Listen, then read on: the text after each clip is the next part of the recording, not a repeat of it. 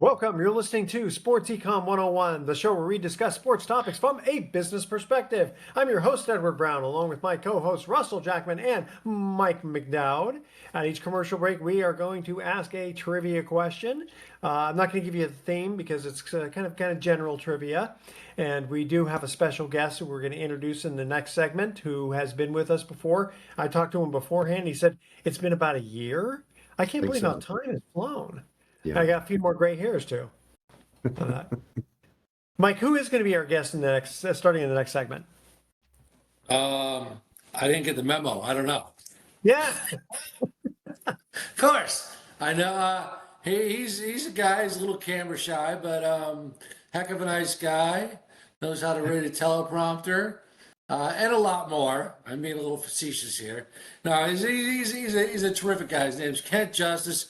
Him and I just had lunch yesterday, and I fully admit that. He is a unique guy, very talented. Wanted to have him on our show again because, he knows sports. We'll talk about that, but he knows about news. He knows about politics. Just a worldly guy, one of the hardest working guys I know in the business. And, just puts it all out there every night. And day after day puts on a smile, and he cares about what he does. He's really great at it too. Yeah. Thank you, Mike. That was very nice. very, very good. When we come back, just a couple of quick things I had. I know you guys have a lot to talk about. So the Cavs fined $100,000 for sitting healthy Donovan Mitchell and Evan Mobley. And wanted to ask you guys about that because, the fans pay a lot of money to see stars, but then, if you're, let's say, winning by a lot and you rest the players after a certain period of time, I don't know if they got fined for them sitting out the whole game or just part of it. That's a good question. All right, audience, stay with us. You're listening to Sports Econ 101. Don't touch that dial. We are going to be right back.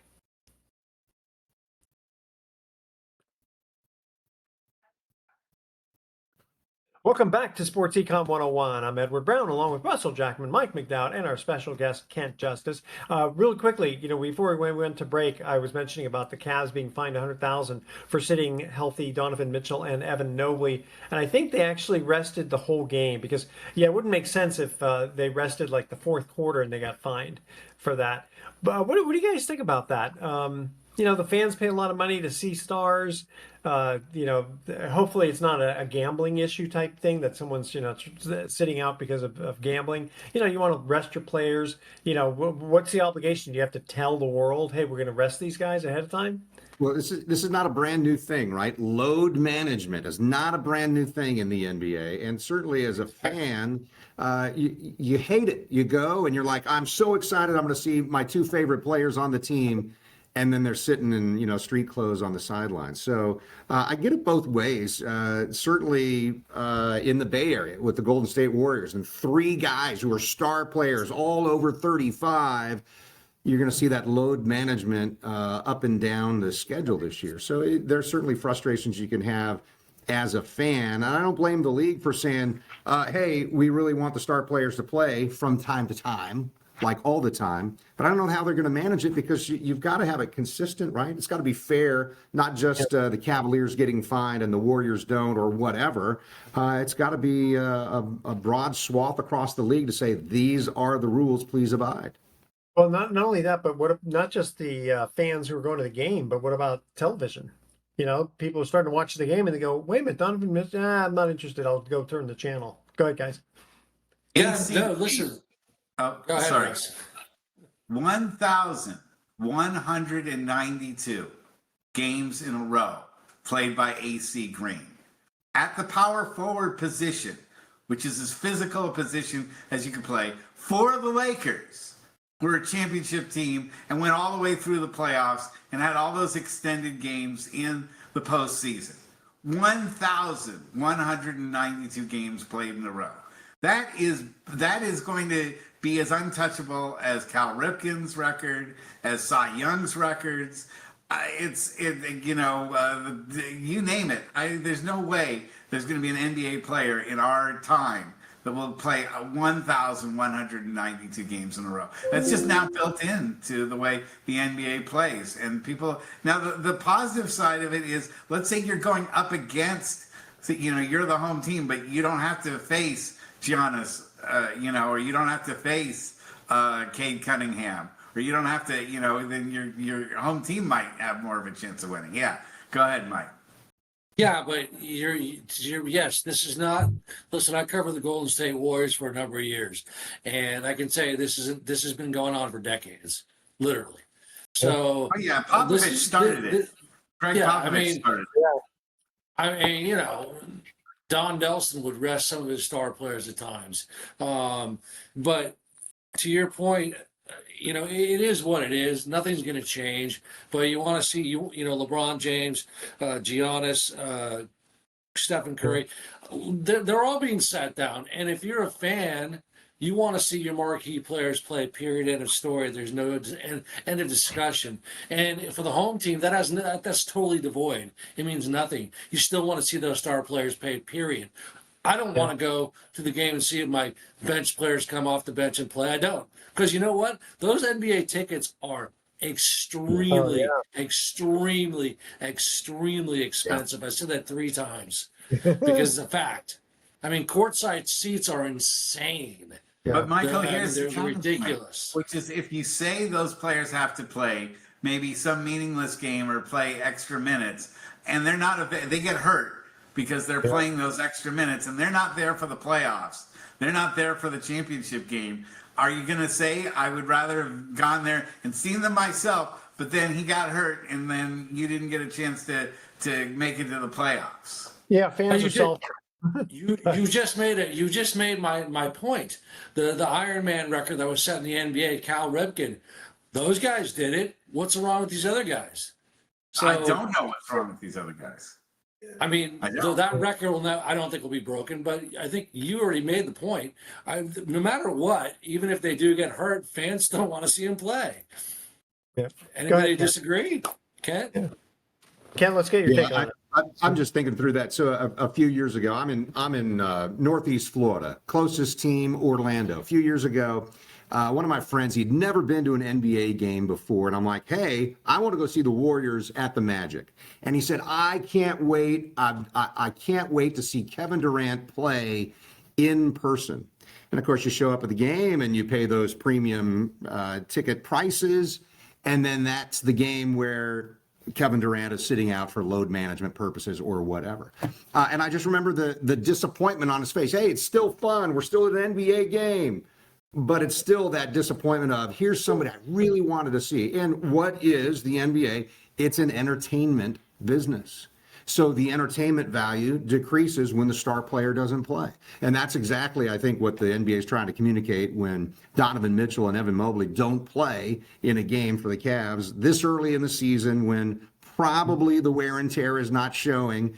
And I think it's something that, to your point, Mike, it's been going on for many, many years, but I don't think they've come up with a solution for it yet. Well, what if they were to have the coaches announce it ahead of time, like 2 days ahead of time or something like that? Adam Silver would vomit. I think that's what would happen. A lot of people like, no, don't do it. A lot of people buy their tickets way before just 2 days. So, that means they have to go and get it refunded and so forth. I had a point I wanted to bring up to you guys, though, and that was that the Warriors played in the Emirates Cup, okay? They played 2 games against San Antonio. Both of those games were not on regular cable. The only way you could see it is if you had a Amazon Prime membership. So what is going on there? They want people to tune in to the Emirates Cup, but then you put it on a channel that is not even available to local viewers unless you pay extra. What do you guys say about that? Now, almost everybody's got Amazon Prime, or almost everybody. No, I don't have Amazon Prime, and I'm not paying $20 more a month for it. We're getting to a point where it's going to be 82 channels covering 82 games, and you're going to need subscriptions to all 82 channels. Is that what we want? No. Because I pay enough for my Comcast subscription that I should be getting all 82 damn games. Sorry you don't like me swearing, but I'm really mad about that. Didn't they have, was it like a couple of years ago? They had the Chiefs on it was playoff game. A playoff game was only available. Or something. It was like Chiefs Dolphins. It was Chiefs. Yeah, man, I Dolphins. get ticked off when Notre Dame's on Peacock. You kidding me? So I can't watch my Irish. I don't get Peacock. I don't want to spend the extra cash. But anyways, yeah, no, I mean, this is kind of the way of the world. And then you can take it a step further. Ken and I were talking about this yesterday regarding the world of news. I mean, everything's going streaming. Everything's specifically targeted towards different audiences. People with pink shirts and orange hair. Well, they want a certain whatever. But you get where I'm going. But it's just it doesn't mean that things are better. I mean, No. would you agree with that? Hold on. Let's go to our first commercial break here. All right, ready? And Kent, as a reminder, if you know the answer, don't say anything yet. We'll see if you know the answer when we get back. What is He'll the know most? the answer. He's Know the smart. answer. Okay. What is the most popular breakfast cereal in America? Now, I don't know if this was taken, 2 days ago, the survey, or if it was 100 years ago. No, I don't think it was that long ago. But what is the most popular breakfast cereal in America? And okay, we do have time for a quick joke. So, okay, this is definitely a dad pun, and I got this on TikTok, dad jokes or something. I can't believe someone came into my house and stole all my fruit. I'm peachless. All right. Anyway. Oh man, I guess that really was pretty bad. All right, guys, stay with us. You're listening to Sports Econ 101. Please, audience, don't touch that dial. Even the fact that I made a really bad joke there, but that's okay. We got some fun stuff coming up.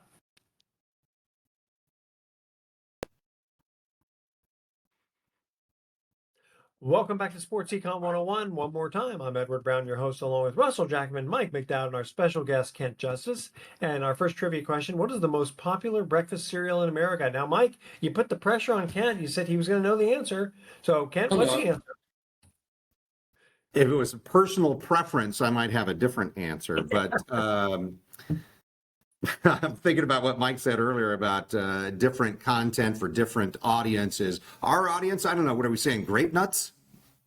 Grape nuts. Hey, we're not that Whoa. old. That's what I was getting at. That's what I was getting I at. still have all my teeth, by the way. So, Mike, what's the answer? Is that all right? No, it's not Is grape that- nuts. I'm going to go with this. Although my gut is something else. It's probably got to be freaking Cheerios. There he is. No, Russell. No, I'm going with cornflakes. Yeah, Frosted Flakes. Frost- They're- okay. Because Tony Honestly, decided. that's what I was going with. That's I'm right. stupid.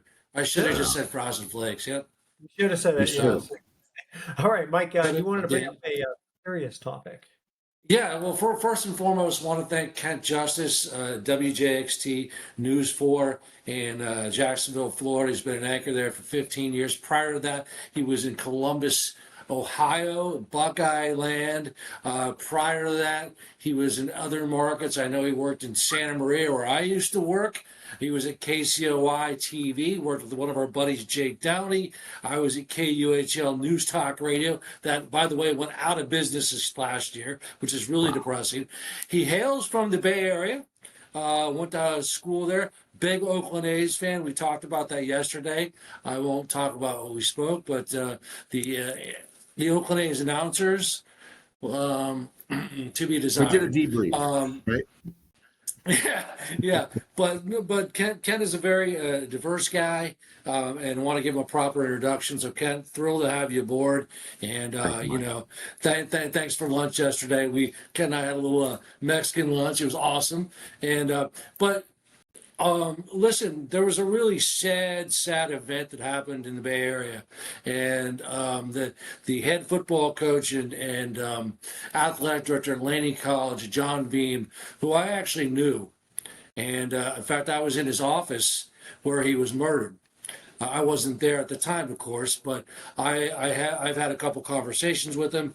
I was actually going to get involved in the show Last Chance U. They were featured on the Netflix series. They had just won a national championship in 2018, but John was like this larger-than-life guy. Met me, was really just super chill and relaxed. Like, hey, he's glad to have you aboard. We'd love to do something with you. Gave me a nice compliment. But the reason I bring it up is because he really transcended the sports in the Bay Area. He was an icon for 40 years as a coach. He worked with the toughest kids around. One of his football players on Netflix U, in fact, a white kid was living in his car. Okay. I'm using that as an example because he worked with some kids that came from the poorest of families, the toughest growing up, no fathers, etc. He was a father to so many, and I just think that his life needs to be honored. The suspect, who I don't want to give any credibility to, I could speak. Was the suspect a former player? Well, we believe so. 27-year-old came in, very targeted attack. He came to kill him. He did it. Coach lasted for about a day, and it really shocked the entire Bay Area, especially Laney College, the city of Oakland, the cops, the mayors. They all knew him. They all knew. His office was open. Everybody would go in there to get, literally, sometimes kids just came in there to get a hug. So John Beam, God bless his heart and soul. And I just think that the world needs to know about this guy. And if you haven't seen the Netflix it's called Last Chance U, Laney College. And to be honest with you, I didn't understand. And maybe, Ken, I don't know if you've seen this series, but, Coach spoke to those kids in a very, on their level. He had to use a lot of foul language. I was like, whoa, okay, all right, I get it, I suppose. But he affected many lives, and a powerful man, and did not deserve this. And I just want to say thank you, Coach, for giving me the time of day. So just a blessing. That's all.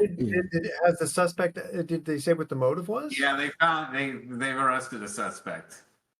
But Well, it was targeted. The police chief is not going into details. He's been charged. You know it angers me. I'm not really. I'm not a death penalty guy. I'm for life. But this guy, 50 years. He's 27 years old, and 50 years. That's it. I mean, this guy deserves life. Yeah, but Give him life in prison. 50 years in this kind of system, he'll get out early for whatever. So it's what a country we live in. So yeah. Well, Mike, anyways. your point about the coach and talking on the level of the players, that's the power of learning your voice. And for the coach, that was his mission in life, was to make a difference to them and to make something positive out of those humble circumstances. And that's what you see in Last Chance U. You see he was so committed to that. And the motivation wasn't so he could be on a Netflix series. It was so he could make a difference in those people's lives, those young men's lives. And that's the thing that we really need to remember and honor. You look at the great players in the game, and they will always comment that it was the coach that made the difference in how they were just being an average player to being one of the all-time greats. They all do. Yeah. And without those kind of people in the world that are capable of lifting up the average player and making them into legends, we wouldn't have legends. That's the difference. And yes, the loss of the coach has been reverberated in the Bay Area. Absolutely. It's a crushing loss. You rarely hear about a sports, a high school sports person being mentioned in the news, but it's everywhere, and the loss is felt. And all I can just hope is that some of the people that he helped inspire when he was coaching take that as a model to become the kind of coach to fill in the shoes that he left. Yeah, and just to clarify, he was a high school coach for many years, and he was a successful college coach. Could have went on, but to Kent's point, didn't want to.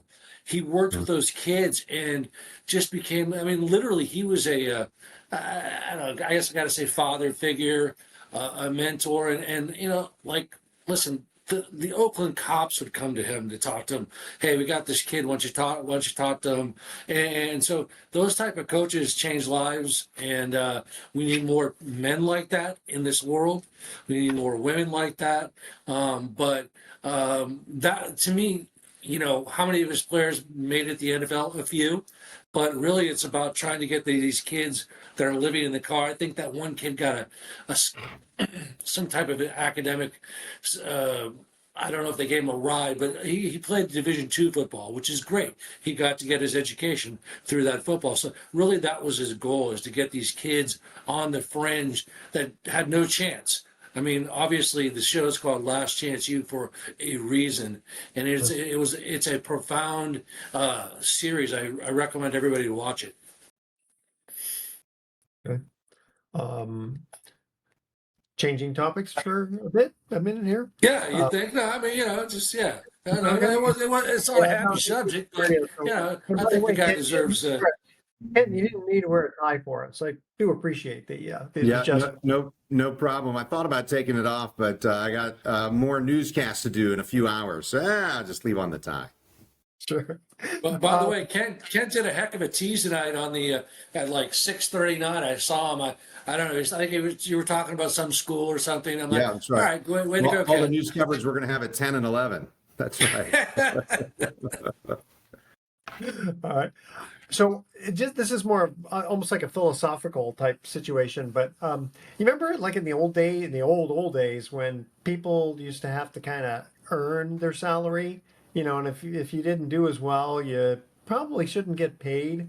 So I'm just kind of looking at this one little thing here. The Cubs pitcher Shota Imanaga, he's Easy for accepting you a to say. 1-year, $22 million qualifying offer to return for the 2026 season. Now, in 2025, he was 9-8 with a 3.73 ERA in 25 starts. I'm thinking, Mike, you could do that. You could be 9-8. Probably, No, yeah. it No, I couldn't. No, I couldn't. I could be 8-9. Yeah, I could be. I I could mean, I be think about- 1-17. Sure, no problem. well, it's like And when I then, told Billy Coon, I said, listen, put me in as a reliever. I can throw in the high 60s. He didn't buy Sure. it. But you also look at Otani's salary, and that's like 1/5 of Otani's salary. So you go, this guy but- maybe 1/5 as good as Otani, maybe. That maybe you can That's how qualify. if you're 1/5 as good, that works. Hey, wait a minute. You know what? Let's go to another quick break here. All right. This one's a little easier. Name the common variety of apple which has a shiny green skin and is very tart and crunchy. Right? Don't say Okay. anything yet. I know the answer to that. All right. We got a thumbs I up got from this Mike. one He knows too. the answer Don't to you that ever go one. to Apple Hill, my friend? Actually, I haven't, but I've heard it's pretty good. Okay, one other quick joke here. Okay, hopefully this one you'll like a little better. So my wife asked me, "Is it me or is the cat getting fat?" And I said, "No, it's you." And now you can know why I'm sleeping on the couch for the next 6 months. All right, audience, stay with us. Sports Econ 101. We'll be right back.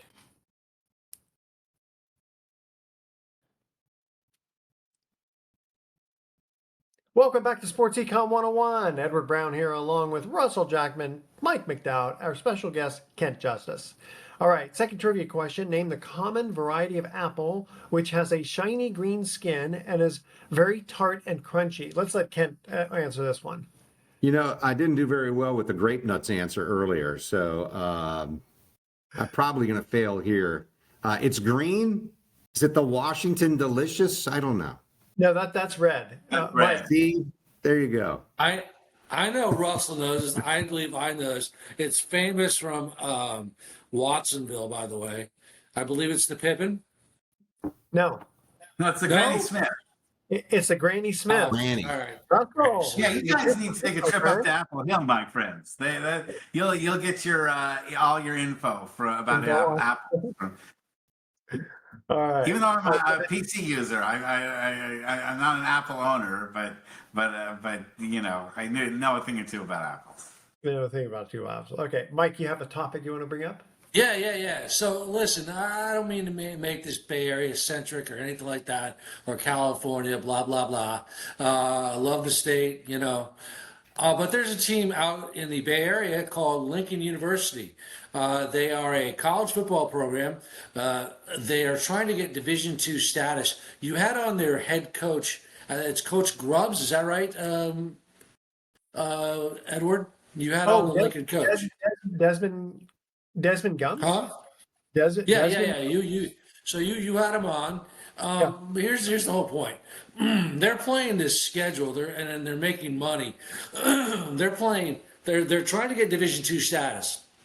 I think they're in their second, third year of football. But listen, I'm bringing this up. I'm going to say their first game was against Arkansas Pine Bluff Division I school, 34-8. I'm doing this for a reason.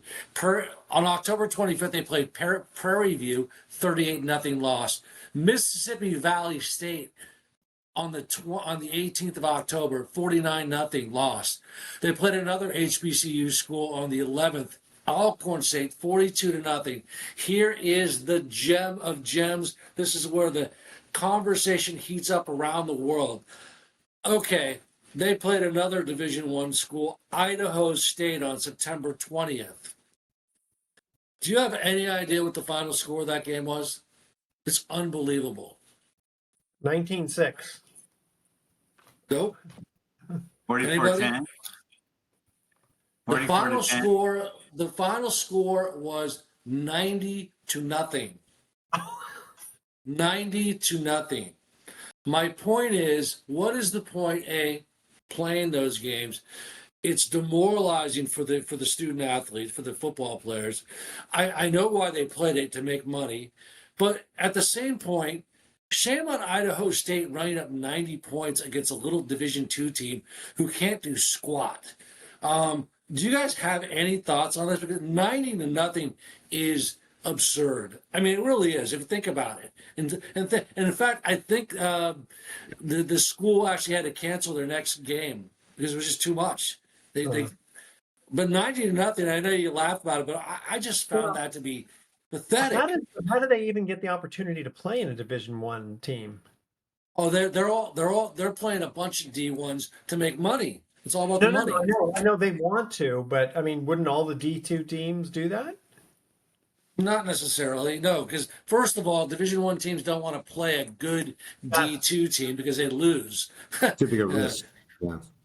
So, I mean, Kent, By the way, that just is that not that's just averaging over 12 touchdowns a quarter.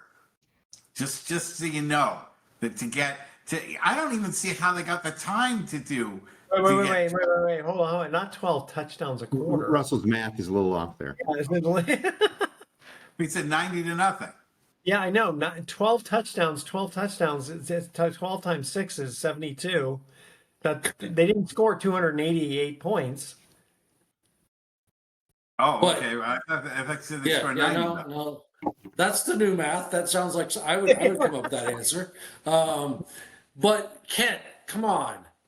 90-0. Why does a Division I Idaho State team who's been around for a long time need to run up the score that badly? And what it does to this Lincoln team, these guys are, they put in the hard work, they're dedicated just like Idaho State is. It's just demoralizing. I know you play the game, I get it, and maybe this is a bigger life builder than anything else. How do you bounce back from going from 90-0? I guess maybe that's my question. Expect to lose. I mean, I'd play Michael Jordan just for the privilege of playing Michael Jordan, even though I get smoked. I mean, of course, that's a big. You're not getting smacked like that. Yeah. Any thoughts, you guys? Well, I'd love to hear what the coaching was from the Idaho State perspective. And I'd love to know, hey, is that second, third string? Is it the fourth string? I mean, do you have a fourth string at Idaho State that you're putting in?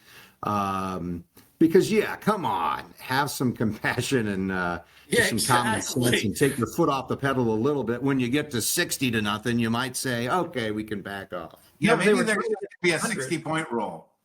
Yeah. Maybe there should be a 60-point rule. You get 60 points more than the other side, and the game's over. And you know what the coaches agreed upon? I think in the third and fourth quarter, I think they went to 8-minute quarters, and Idaho State still just poured it on. Wow. Yeah, because the game was. I mean, first of all, you got to worry about the injuries, for Lincoln. I mean, I'm sorry, but I've never heard of that. I saw that just opened my eyes. I'm like, are you kidding me? No, I mean, I just think they put in their third stringers. That's why. I would too. yeah, probably. I hope so. Yeah, that, and by the way, from a math standpoint, it's 3 3/4 touchdowns at 6 points per quarter.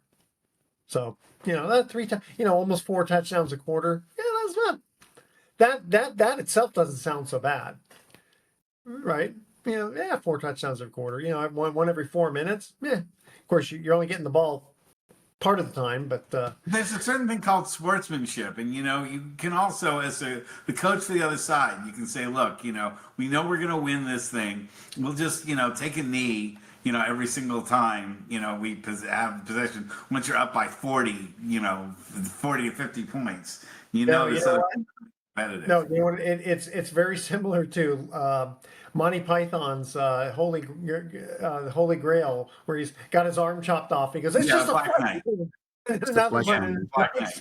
come on, fight. He goes, "You got no arms and legs." He goes, "I can fight like a man." Pretty, not what sports is supposed to be about. Yeah. True. You know, Okay. and I know we don't rehearse any of this stuff. Ken's like, "What are you guys going to talk about?" I'm like, "Well, we're going to talk about you, Ken, because we want to know about you." Ken, we were talking. Just give us a little snapshot of how the news business and even covering sports at the local level has completely when you and I first came out. I mean, it's just, I don't want to say it's been revolutionized, but it's so different.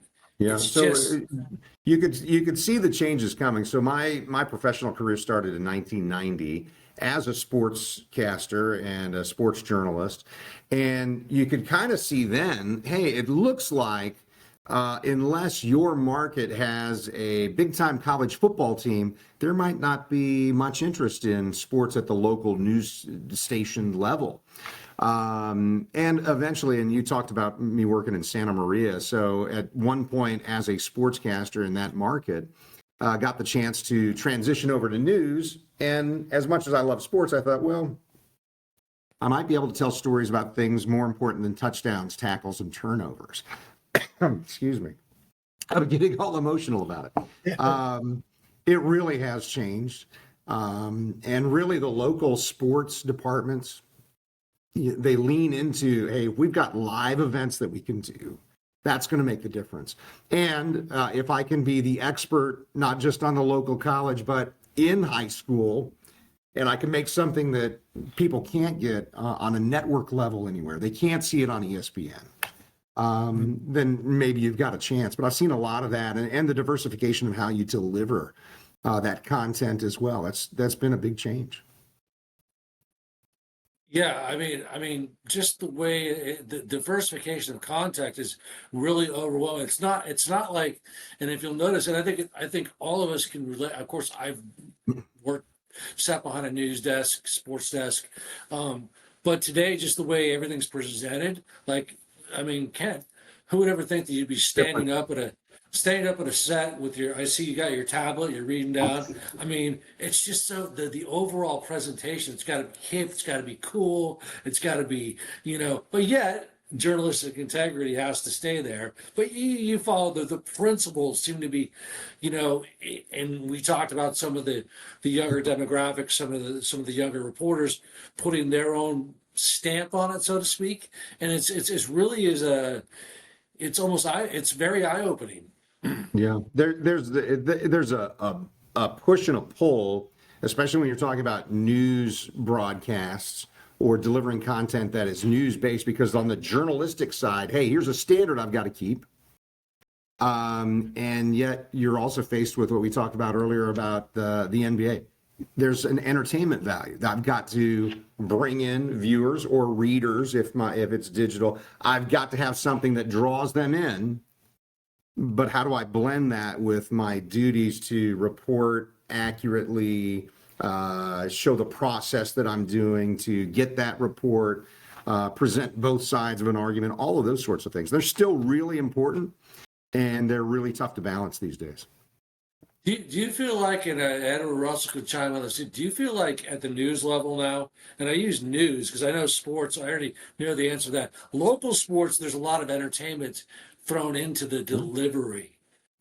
Now, news, you just said journalistic integrity, got to make sure everything's balanced. But I almost get a sense in today's modern media world that even the news, you're almost asked or to infuse some entertainment Sure. into the delivery. Does that Absolutely. connect? Yeah, you can't just have, it can't be boring. I mean, again, there's No, too many. I mean, do you have to be an entertainer and a news person as well? Because that's kind of mind-boggling.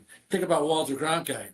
Never, don't even think about it. Well, that's But exactly what I was going to bring up, and there just isn't. The days of Walter Cronkite are definitely gone. And Yeah. as you had pointed out earlier, with the fragmentation of news and cable stuff, there's you if you're giving news as part of a themed, network, you're going to angle yourself towards whatever that is. So that you're a company guy or a company gal, and you're going to be doing, toting the company line.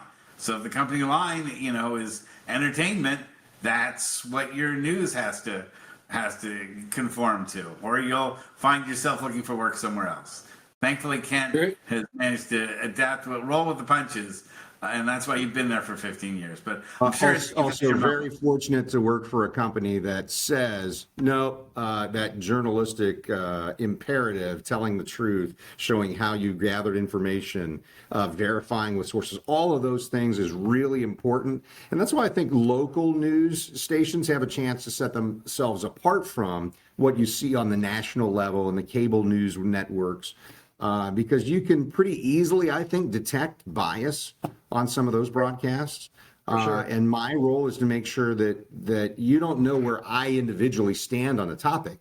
What you know is I covered this side and that side and in between, and here it is. And now go be an informed adult and make your own decision about it. I'm Right, afraid that local news might be an hold on. endangered species. We're going to cut to our third commercial break here.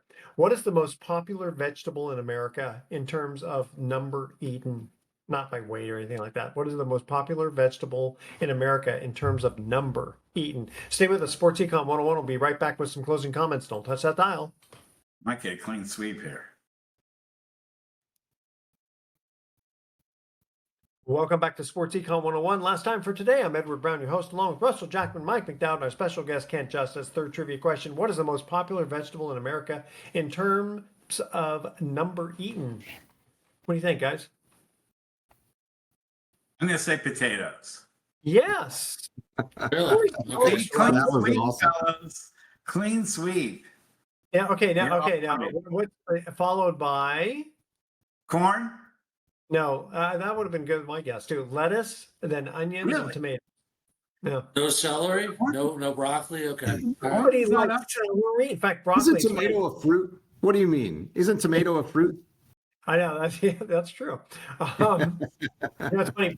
As you said broccoli, and it reminded me that before spinach with Popeye, it was supposed to be broccoli, and they realized nobody likes broccoli, so Popeye didn't like it Wouldn't either. like spinach either, though. That's true. Hey, super quick, Kent, is there anything you want to plug? I mean, listen, you're speaking to a national audience and globally with our U.S. military. Is there anything you want to plug or about yourself or your station or anything else we can just ask you? No, I appreciate that. Leans back into that thing about what I do isn't about me or our show or that kind of thing. I've got a podcast that's once a week that's about business, economic growth and development specific to Northeast Florida and Southeast Georgia. It's a ton of fun, and I think it applies beyond just our region, but certainly enjoy doing that. And then as you mentioned earlier, Mike, I've got a Sunday morning politics show, and usually that focuses on local and then state and, of course, national guests and topics that we lean into there. But I appreciate the opportunity, and part of the fun for me is, yes, I've been doing news for almost 30 years, but I still love sports, and I still love talking about it, and so you gave me a great opportunity to do that with you tonight. Thank you. Thank you, Excellent. Kent. Kent, thank you again for being our guest. Here's our thoughts of the day. So don't worry if Plan A fails. There are 25 more letters in the alphabet. And you want to know how to teach kids about taxes? Eat 34% of their ice cream. That'll teach them. All right, audience, tune in next week to Sports Econ 101. We're going to be discussing sports topics from a business perspective and asking more trivia questions. Thanks for listening. On behalf of our team, I'm Edward Brown, wishing you the best. Adios.